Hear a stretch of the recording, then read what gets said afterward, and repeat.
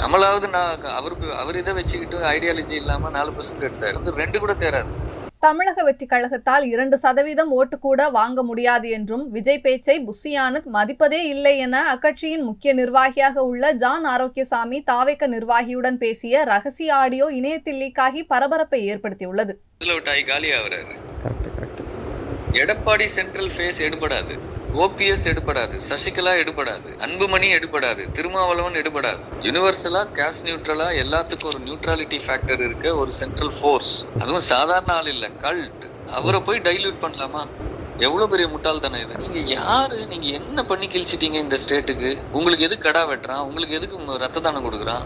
அப்போ அவன் என்ன நினைக்கிறான்னா, தலைவர் வேஸ்ட் டம்மி, சும்மா ஃபேஸ்க்கு வச்சிருக்காரப்புல, இவர் தான் எல்லாம். இது தேராது. இது 2 கமலாவது நான் அவர் இதை வச்சுக்கிட்டு ஐடியாலஜி இல்லாம 4% எடுத்தாரு. 2 கூட தேராது. நான் 30% டார்கெட் பண்ணிக்கிட்டு இருக்கேன். சீட் கன்வர்ஷனுக்கு, பவருக்கு. எப்படி எந்த அலைன்ஸ் வருவான்? இன்னொன்னு சார், எப்படின்னா விஜய் சார் எதை சொன்னாலும் அவர்கிட்ட சொல்லிடுறாரு.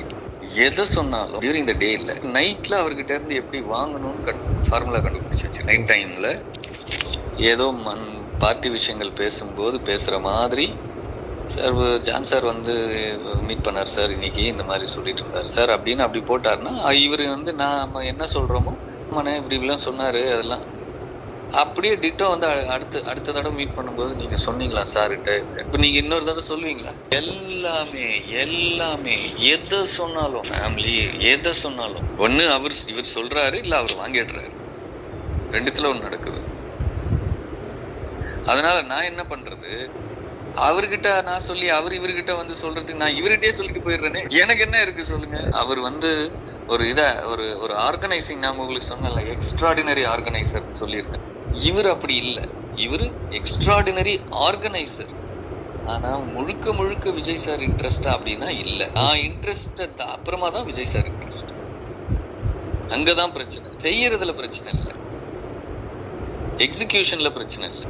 இப்ப ஸ்ட்ரக்சருக்குள்ள இருக்க மாவட்ட தலைவர்கள் விஜய் சாரே என்ன சொல்றாரு? சார் வேண்டாம் சார், அதெல்லாம் மாத்தாதீங்க சார், தொடாதீங்க சார், தப்பாயிடும் சார். அவ்வளவுதான். அதுக்கு மேல அதுக்கு 30 வருஷமா இருக்காங்க.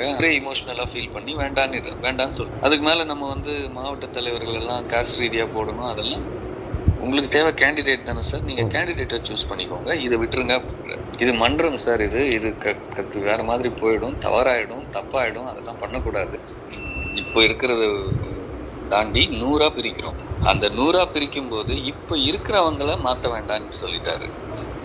அடிஷ்னலா போட்டுக்கோங்க, இப்ப இருக்கிறவங்களை மாத்தாதீங்க. அது 100 மாவட்டமா பிரிச்சாச்சு, மொத்த ஸ்ட்ரக்சரையே 100 மாவட்டம் ஆக்கியாச்சு. ஆனா இவரால போட முடியல. தொட்டாலே ஆள் இல்ல, தொட்டாலே அதுக்குள்ள பிரச்சனை நிறைய வருது. அணியில இருந்து நியூவான்சஸ் சார், இது மன்றம் இல்ல.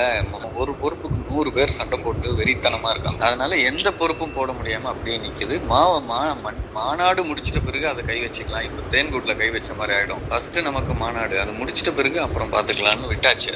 அதை விட்டுட்டு இந்த விங்ஸ் இருக்குல்ல, அணிகள், அது எவனுமே இன்ட்ரெஸ்ட் இல்ல, அதை போட்டுக்கிட்டு உட்காந்துருக்குறோம். இப்போ அது பிரச்சனையும் இல்ல. மெயின் பேரன்பாடிக்கு தான் மொத்தமே பேரன்பாடிக்குள்ள வரணும்.